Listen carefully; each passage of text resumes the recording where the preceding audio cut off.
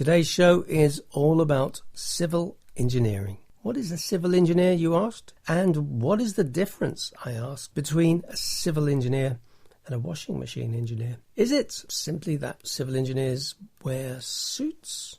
Or are we using the same word for all sorts of different professions? Anyway, we're going to find out what a civil engineer does, and we'll hear how it plays a role in building projects such as the Westminster Underground Station right next door to Big Ben, and tunnels are being built underneath it. You're listening to The Science Show on Cambridge 105. In this section called Scientists at Work, we talk to people who, for some reason or another, find themselves working, researching or thinking about science in Cambridge, England.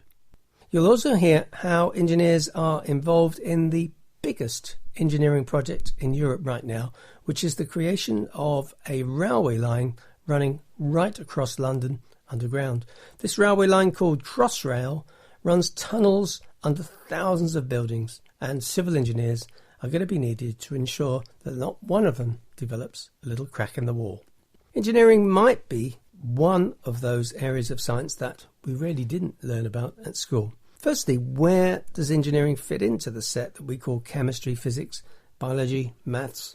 I'm going to wager that there's a world of people who have escaped knowing the answer. In this science show, then, I got to speak with the head of civil and environmental engineering at the University of Cambridge.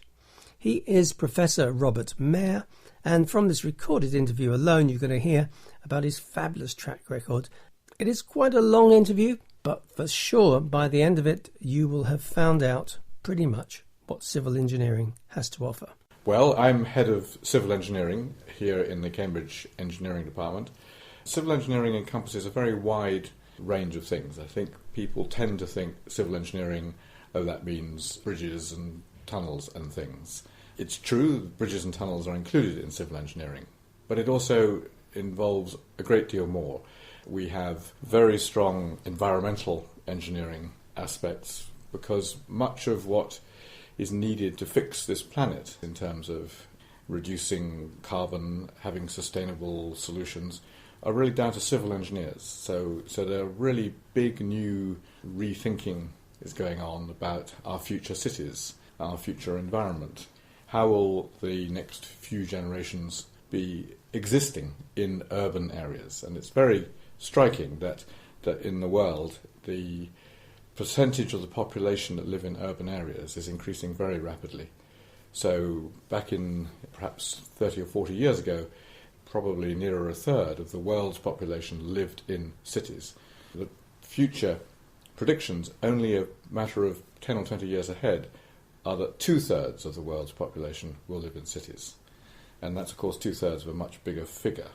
We're talking about perhaps 9 billion people in the world, of which 6 billion people will be living in cities. And so there is a real world crisis, in the sense of urbanisation.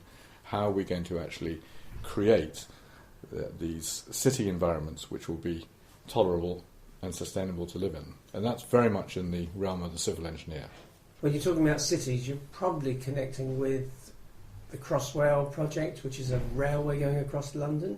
Yes, the Crossrail project is a fantastic new project, very, very forward-thinking, in that it's an underground railway crossing from the east to west of London, the size of a railway. It's much bigger than the London Underground. The Crossrail project is an example of what the world will have to be doing more and more of. To create these intensely urban environments, we're going to have to go underground more and more. And Crossrail is a very interesting example. Much, much bigger diameter tunnels. The station tunnels for Crossrail are typically about 11 metres in diameter, which is very large, much larger than the London Underground tunnels. And the ways in which they're being constructed are different and novel, using well-tried techniques, but nevertheless there's quite a lot of novelty and innovation in how they're being constructed. They're not circular in shape, they're elliptical in shape, and the elliptical shape is because it's actually a better and more economic use of space. So if you think about a circular tunnel, the top of it is kind of wasted in a sense. You're using the space within it for the platform and the train, but the bit at the top is rather unnecessary. So you can have a rather flatter ellipse. You can create a better design tunnel where you're getting more for your space, so to speak. But the real challenge of Crossrail is actually the fact that we're creating these very big tunnels right under central London, under thousands of buildings. And when you create a tunnel in soil, there will be movement. That's an inevitable part of the physics. If you're actually taking out soil and creating a hole, however advanced the technique that you're using to do that, the ground will actually deform towards the hole. And that will result in settlement occurring at the ground surface. And the real science behind what we do is to predict that.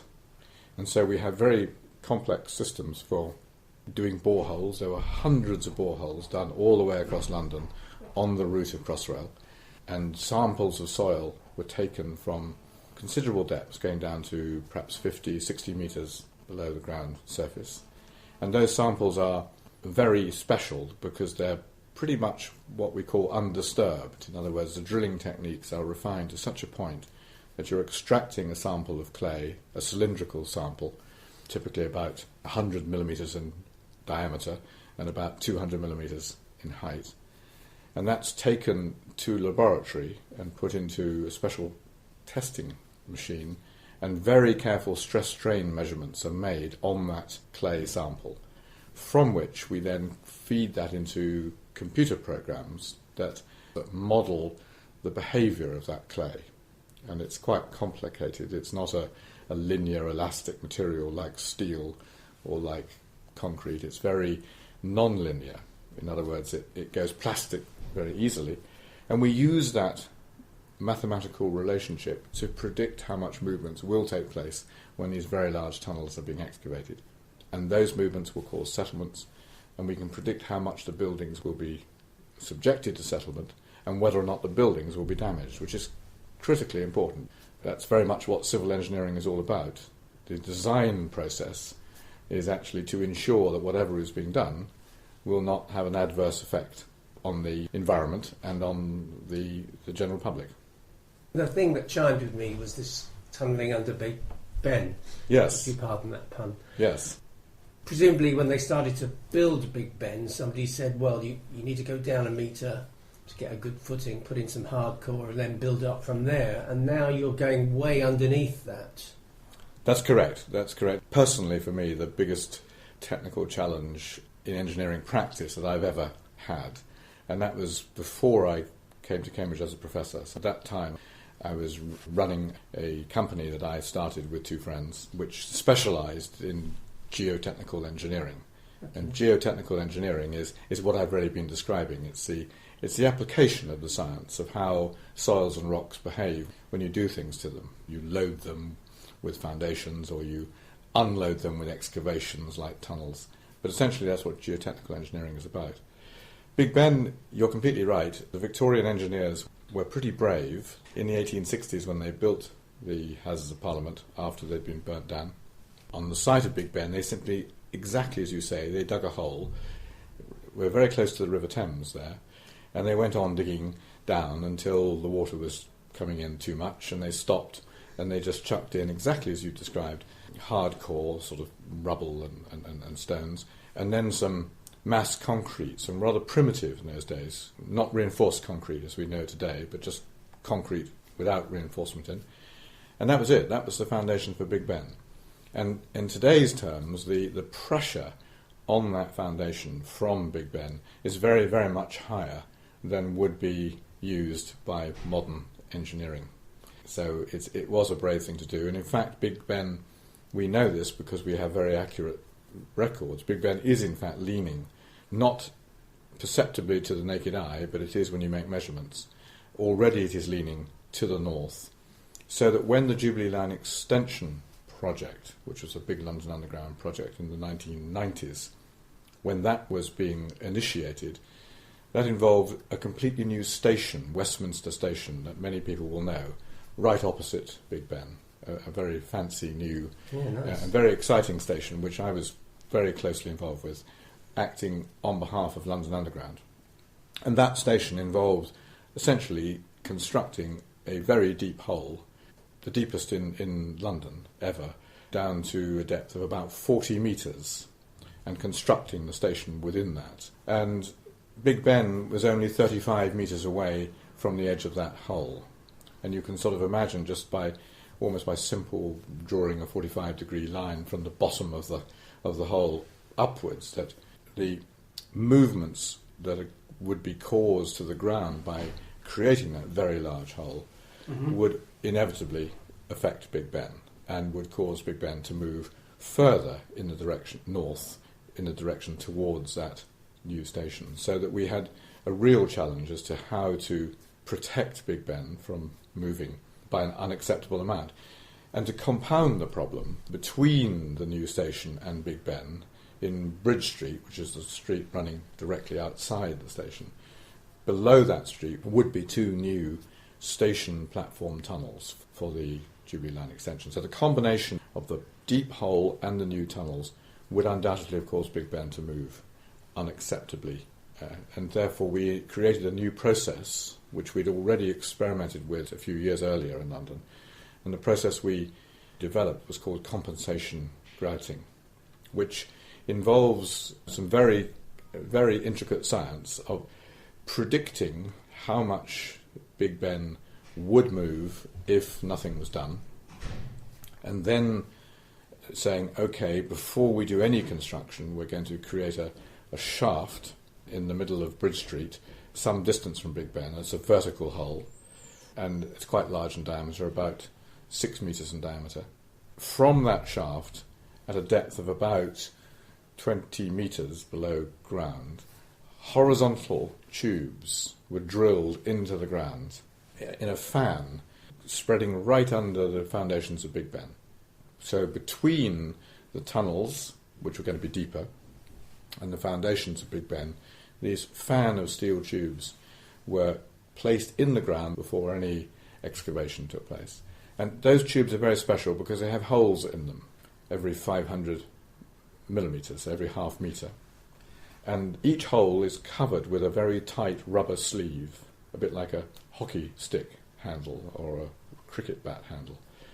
And the essence of the process is that calculations are done as to how much movement might be taking place due to the excavation of the station or the tunnel on a particular, perhaps 24 hours, and then in advance of that, a plan would be made to inject cement grout, liquid cement, into any one of these many, many holes through these steel tubes to compensate for the movements. So the movements that are taking place at depth caused by the tunnelling and the deep excavation are intercepted by the injection of the cement into the ground to prevent the movement from getting up to the foundations of Big Ben. So over a period of several years, this process was being done, and it was very exciting for the engineers. Every morning there'd be a meeting, there'd be lots and lots of instruments that were on Big Ben that were recording the tilt of Big Ben. The readings would be transmitted to the computers of the engineers, and there'd be plots being made. And so every morning there'd be a meeting. What's happened to Big Ben in the last 24 hours? What is the tunnelling that's being planned over the next 24 hours? How much movement might that tunnelling cause? How much grout will need to be injected to compensate for that? And so it was a feedback, iterative process, comparing all the time with quite complicated computer predictions. And the upshot of all that was that we were able to protect Big Ben very successfully. And it did not move more than very small amounts, and everyone was very pleased with the result. Can you give me a picture of what one does? I'm not imagining that you're the person at the bench. As a younger engineer, I was. Okay. And that was great fun, actually, because we worked very closely with geologists. So it's quite sort of interdisciplinary in that sense. We have engineers who are trained. Their university degree would be in the application of principles of mechanics and structures and how things behave, how steel and concrete behave, and indeed how soil behaves. We have a very strong department here in Cambridge, which is one of the leading ones in the world, about how you can characterise the way soil behaves if you put loads onto it, oil platform foundations or building foundations or excavating a tunnel through it. All of that requires some sort of knowledge of how the soil behaves. So the engineers will be trained in all the scientific principles needed to be able to do the calculations and to make judgments. And the geologists will be coming from a different direction. They will be very well versed in the reason for the soil being there in the first place. Its long history, it could be millions of years that the soil was deposited there, and what's happened to it since. And so the business of creating boreholes and taking samples will be a mixture of geologists and engineers together. Okay. So yes, as a younger engineer I was very much involved in actually examining the soil and specifying the laboratory tests and sometimes being present. These are very often now very high quality commercial laboratories. Visiting a laboratory, checking that the right tests are being done. So if you think back to measurements which you specify, what's your most useful measurement? Probably in terms of characterising the soil, I mean there are lots and lots of different tests, but there's probably the single most important one is the one we call the undrained shear strength. And undrained means that the soil doesn't have time to squeeze water out or to absorb any water. So you're taking the sample from the soil and you're shearing it immediately to see what its shear strength is. And that's probably the most important measurement of all, because it immediately gives an image to any engineer around the world. If you say the undrained shear strength of the clay in London is typically 200 kilonewtons a square metre, kPa. The undrained shear strength of clay in Singapore is 20 kilonewtons a square metre, 1/10 of the strength of the clay in London. In other words, in Singapore, it's very, very soft and almost the consistency of toothpaste. So that one measurement immediately conveys to any engineer what they're dealing with in terms of squishy ground, Singapore, or much more solid ground, London. And it was the solid ground in London that the Victorian engineers latched onto. They very quickly realised, without knowing the science that we know today, that the clay beneath London, called London clay, is very strong. And therefore they made the first underground system in the world, the London Underground, which is 150 years old now. They knew they could do that because the clay was so strong. You said that you're building tunnels which are oval. Well, my intuition says do it round because it's sort of an easier thing to make. Well, your intuition is right when it comes to a tunnelling machine, because the machine very often is a circular sort of cutting disc, and that fits very well with a circular shape. But we now have new technology. If the ground is strong enough, and I've already described the London situation where it is strong enough to be able to do this, you can actually cut any shape you like with a large hydraulic machine, and you can cut an elliptical shape just as easily as a circular one. We have quite sophisticated laser technology that can effectively give the operator the controls needed to actually be cutting the correct elliptical shape. So your intuition is right about a machine that might be creating a hole using a sort of rotating wheel. Then circular is the only sensible answer. But once you're into different sorts of technologies, it's not difficult to do an elliptical shape. Okay. Structural engineers, civil engineer, different engineers. Do you all know the same stuff?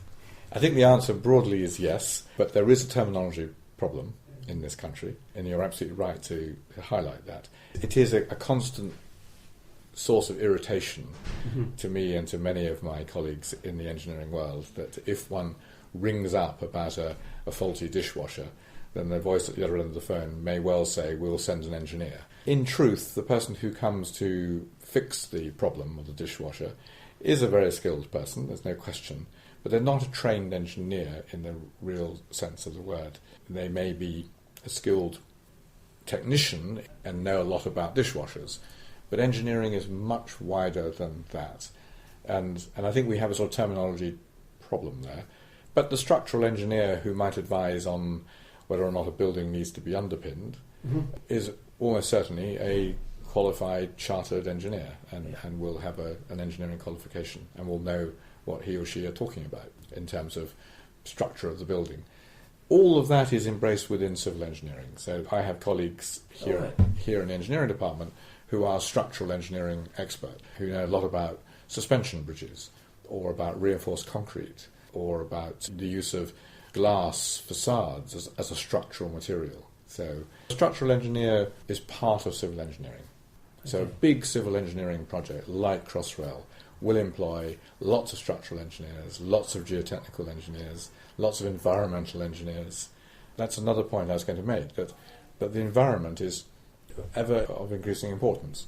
And so we attract a lot of young people into our course at Cambridge, into civil engineering, because civil engineering embraces environmental engineering.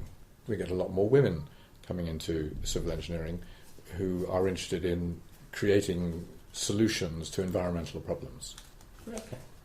One of our big challenges is influencing government in general, about the really pressing issues facing our nation.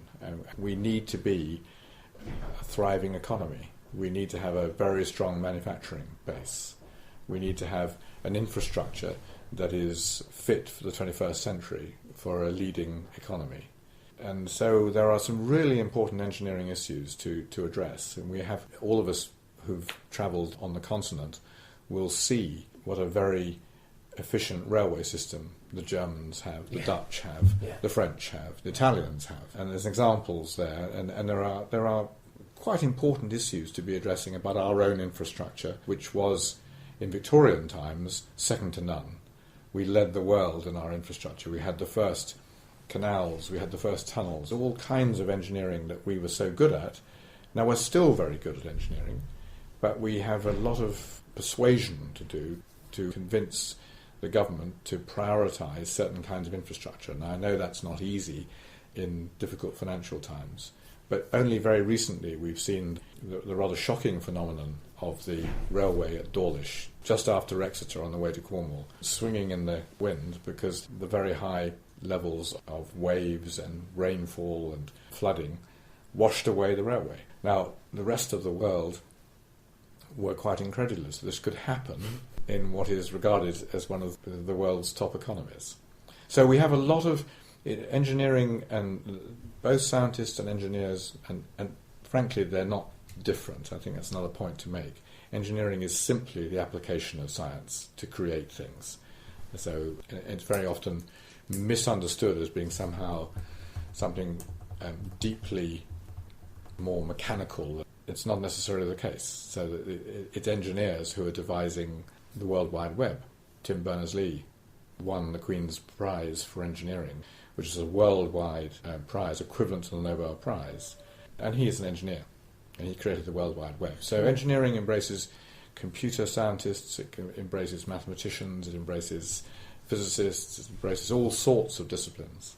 It's all about the application of all those scientific disciplines to create things. I imagine that, shall we say, the Crossrail project requires teams of people. Hundreds. I would say more than hundreds. Thousands of people are involved. So there are lots and lots of teams doing different. That's another very exciting part of engineering from my own experience. When I spent 27 years in industry before I came to Cambridge as a professor, and they were very exciting times because we were always dealing with teams of, there were groups of us doing things. It's not a solitary profession by any means. You're working in teams, you've each got tasks, you've each got specialities, you're interacting with each other a lot.